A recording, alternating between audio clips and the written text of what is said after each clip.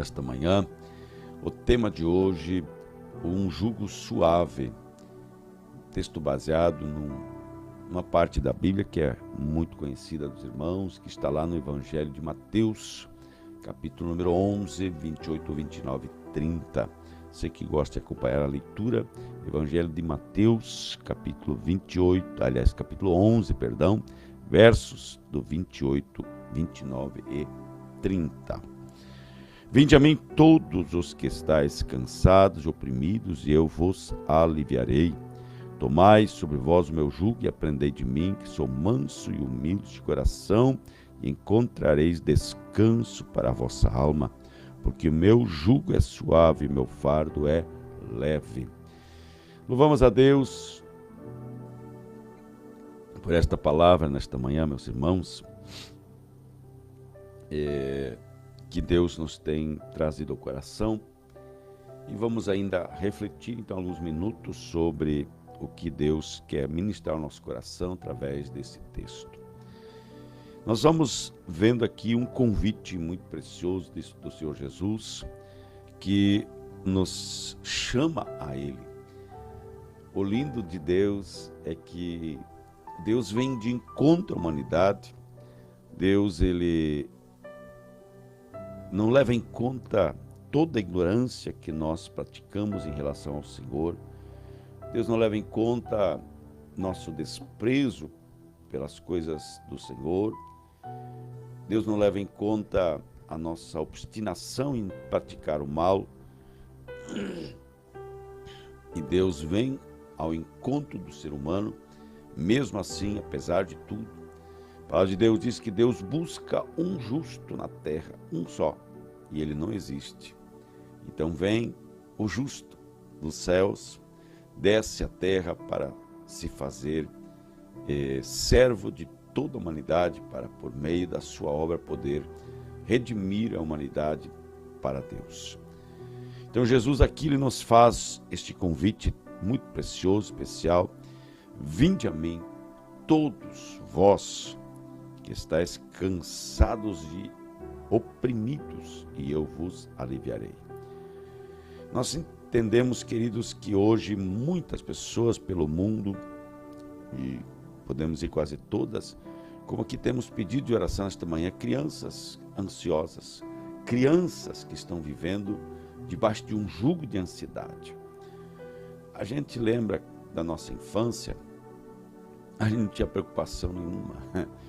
Nossa preocupação era obedecer os pais e cumprir todas as tarefas que nós tínhamos, porque senão nós sabíamos que seríamos corrigidos. Sabíamos que seríamos corrigidos com vara. Naquele tempo era vara, alguns era cinta, outras pedaços de mangueira. Mas sabíamos que viria o castigo se não obedecêssemos e não cumpríssemos as tarefas. Mas aquilo não adoecia nenhum de nós, porque nós fazíamos as tarefas que nos eram propostas. Sobrava muito tempo para a gente brincar, porque as brincadeiras, afinal de contas, não eram que as de hoje, né? Hoje as crianças não têm mais tempo para brincar, porque a tecnologia ocupa todo esse espaço. E nós temos uma expectativa muito triste pela frente, porque se Jesus não voltar logo, esta geração de crianças que está sendo hoje, está começando a crescer, ela vai viver esta ansiedade com uma intensidade desastrosa, porque ela não está vivendo a sua fase de vida. Olha só como o inimigo ele é astuto, como o diabo é sutil na sua forma de trabalhar para impedir o ser humano de desfrutar o melhor de Deus. Hoje, grande parte das crianças estão presas, são prisioneiras de um aparelho celular. Muitas mães cometem o grave erro de, para se livrar da criança, para ficar quieta, ficar de um lado, ela vai e oferece a ela o celular já lá no berço. Tem criança no berço assistindo o celular, assistindo o videozinho. Então o que acontece? Vai acontecer, queridos, é que a criança não vai viver esta fase da vida dela, que é a infância. O tempo da criança brincar, se divertir, se descontrair, esquecer que o mundo é mundo, como nós vivíamos lá, a gente ia para o meio do mato, subia em árvore. Se os pais estivessem junto lá, o que nós fazíamos lá, eles ficavam sem cabelo na cabeça. Mas a criança é assim mesmo, ela precisa ir descobrindo o mundo, assim que ela se desenvolve fisicamente, mentalmente, assim que ela aprende a se socializar, a se aprender a conviver, aprende a conviver, a viver em comunhão, em unidade. Então hoje, queridos, infelizmente, esse tempo está sendo cerceado das crianças e nós vamos ter um problema muito sério lá na frente. Depois nós vamos ver as crianças chegando na fase de adolescentes, quando eles já viveram a adolescência, e então ao invés deles viverem a adolescência, eles vão viver a juventude, já pensando em relacionamentos sexuais, né? São instigados a isso desde a infância, porque estão ali vivenciando, muitos deles aí sem a devido acompanhamento dos pais, os tutores, estão ali vendo e visualizando coisas que não fazem parte da sua faixa etária. Muitas das escolas, infelizmente, pelas ideologias malignas que o sistema hoje maligno que tenta governar nossa nação, ele está tentando incutir na mente das crianças, quando lá já temos cartilhas que, graças a Deus, eu creio que não estão sendo permitidas ser distribuídas, mas foram produzidas, e você que paga imposto como eu, você acaba pagando, né, por esse material, um lixo de material, um lixo que não serve nem para acender fogo, no fogão a lenha, está sendo produzido para ser distribuído nas crianças, nas escolas, para crianças de 5, 6 anos de idade, mostrando para elas, ali num papel, de forma ridícula, como que um relacionamento existe, como é que se faz um relacionamento, como se procede, melhor dizendo, um relacionamento físico entre um homem e uma mulher. E também, ainda pior, entre menina, menina e menino e menino. Então, queridos, tudo isto vai acarretar, vai trazer consequências desastrosas para o futuro desta geração, porque ela não está vivendo a infância, não está vivendo a adolescência, e está vivendo fora, aliás, está vivendo, mas fora do tempo, e na maneira errada e da maneira errada.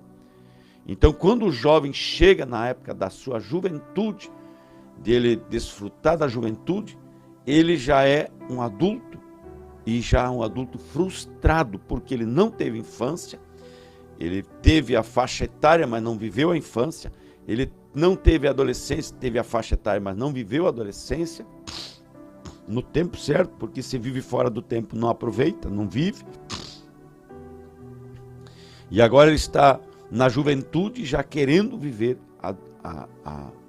como um adulto, e aí vem as frustrações logo na frente, porque ele descobre que ele desperdiçou os primeiros 20, 25 anos da vida dele, e então se tornam jovens frustrados, rebeldes, jovens desobedientes, e que muitas vezes caem, já ainda muito antes disso, lá nos laços das drogas, da prostituição, da violência, da criminalidade, porque tudo que o mundo tem para oferecer instiga-os para que eles vivam esta vida totalmente errada, e assim acarretem sobre si consequências desastrosas para a tomada das decisões, para terem sua vida regida pelo Senhor, pautada nas Escrituras, fundamentada e alicerçadas em Cristo, nos princípios e valores, dos bons costumes da ética, da moral e também da sã doutrina da palavra, acima de tudo, para que possam ter uma vida estruturada e alcançar o final da sua vida debaixo deste mover glorioso de Deus, e servir a Deus e ter um lugar na eternidade. Então, queridos, nós vivemos este tempo e a tendência é só piorar. Então aqui vai um conselho aos pais, às mães principalmente, que a maioria das vezes são elas que têm ali sob seus cuidados os filhos ainda tenros de idade. Não dê celular para o seu filho para você se livrar dele, para ele ficar quieto. Não dê. Evite o celular. Os criadores das redes sociais, os criadores, eu estava ouvindo um dia o Elon Musk dando uma entrevista, ele não deixou seus filhos, antes dos 15 anos, visualizar celular. Ele dava para eles, acho que uns 15 minutos por dia. Ele não deixava eles participar daquilo que ele cria e vende. Enriqueceu, um dos homens mais ricos do mundo hoje, porque ele produziu e vendeu uma ferramenta que está estragando e continuará estragando gerações se não nos atentarmos e não despertarmos.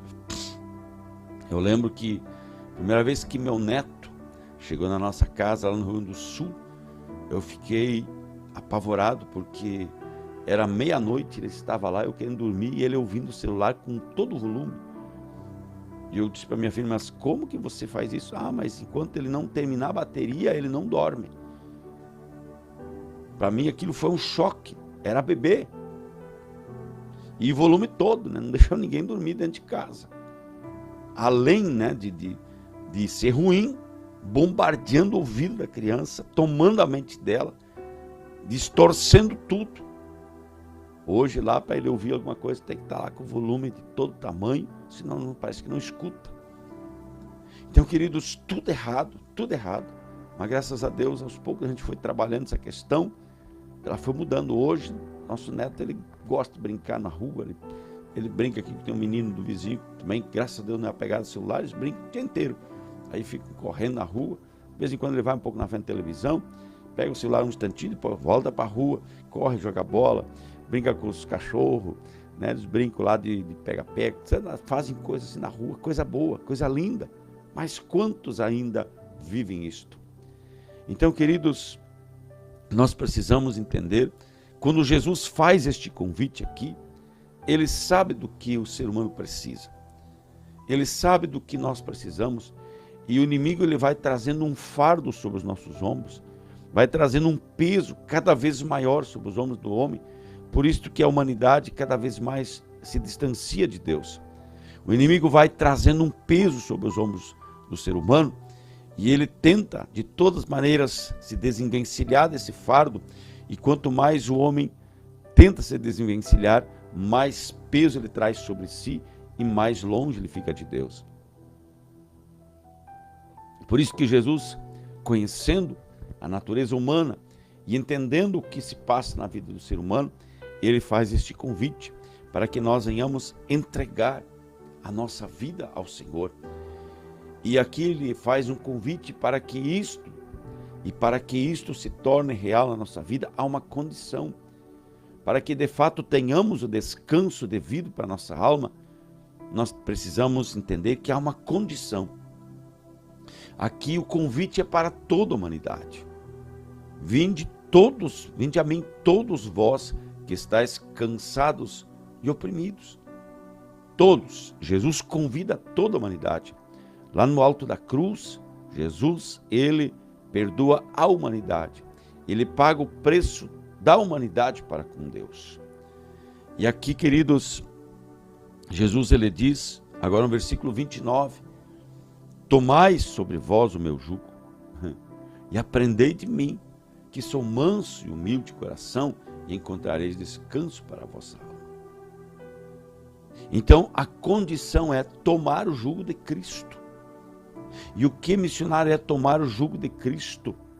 Tomar o jugo de Cristo é nós aceitar a Cristo como nosso único e suficiente Salvador e decidirmos de forma radical e plena obedecer a sua palavra. Nós nos colocarmos debaixo deste jugo. Jugo é canga, a canga que você já deve ter visto, eu trabalhei com junta de boi muitos anos. A gente coloca canga em cima do pescoço, da nuca do boi e prende a junta um no outro através desta canga, mais o sojo, né, que é uma corda que prende os chifres um no outro, a cabeça do boi, para que ele saiba que quando um vai para a direita, os dois vão para a direita. Quando a gente manda para a esquerda e puxa a orelha do que está na esquerda, os dois vão para a esquerda, porque um conduz o outro. Isto é jugo, é isto que Jesus quer de nós. Então Jesus diz, aprendei de mim. Então a canga, ela faz com que a junta de boi, ela não vai cada um para o seu lado, cada um do seu jeito, mas eles estão ali ligados e eles vão exatamente para o mesmo lugar. Aonde um vai, o outro vai estar. Não tem como um querer não ir, porque o outro vai arrastar, vai carregar junto. Eu lembro que nós tínhamos uma junta de bois, que eu trabalhei com eles há um tempo, e um deles era um pouquinho menor e era muito teimoso. O outro era um pouco maior, mais forte, e era muito manso e bem tranquilo. E o outro, além de ser teimoso, a gente tinha que cuidar muito, que ele dava muito coice e também chifrada. Ele era ruim de lidar, mas era uma junta de boi que a gente trabalhava o dia inteiro e eles não se entregavam. Eram muito bons no trabalho. Ali meu pai usou eles muitos anos.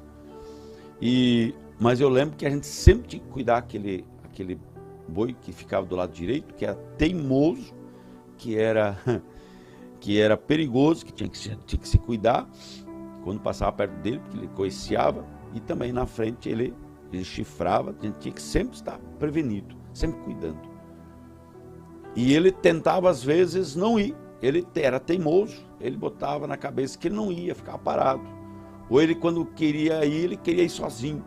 Então o outro segurava, mantinha ele, e quando ele não queria ir, o outro obrigava ele a ir junto, porque o outro pegava ele, a carroça, e levava tudo junto. E aí então ele entendia que ele tinha que ir e ia junto com o boi, porque se ele ficasse para trás, o peso ficava só para ele. Então, queridos, assim é Cristo. Nós temos que entender que Jesus, ele nos convida, mas também nos dá uma condição para que nós venhamos experimentar este refrigério e esta mansidão que Cristo nos oferece, esta serenidade da alma, essa tranquilidade, esse descanso da nossa alma, através da condição de que nós devemos tomar o jugo de Cristo e então permitir que Cristo nos conduza, que Cristo nos leve, que Cristo nos oriente, que Cristo nos diga aonde ir, quando ir, como ir e o que falar e o que fazer aonde nós estivermos. Esta é a condição do Senhor e esta é a grande dificuldade. Por isso que vemos pessoas correndo de um lado para o outro, tentando buscar a bênção. Eles querem ser abençoados, por isso que vão para cá, vão para lá. Então, queridos, nós não precisamos correr atrás da bênção. A bênção vai estar em nós, a bênção vai estar nos acompanhando. É o que diz a promessa da palavra de Deus. Aleluia. E eu quero nesta manhã te pedir em nome de Jesus, coloque-se junto a Cristo, tome este jugo sobre a sua vida e você vai viver uma vida de abundância, de graça, de alegria, de paz. Você tem buscado a paz, tem buscado a resposta. Coloque-se debaixo deste jugo, porque como é a sua promessa, ele não é pesado. Muitos imaginam que o jugo de servir a Cristo é pesado, é um fardo, e muitos crentes vivem como se fosse um fardo. Mas se eu viver como filho de Deus, como se for um fardo para mim ser assim, então eu de fato não entendi o Evangelho e eu ainda preciso me converter a Cristo.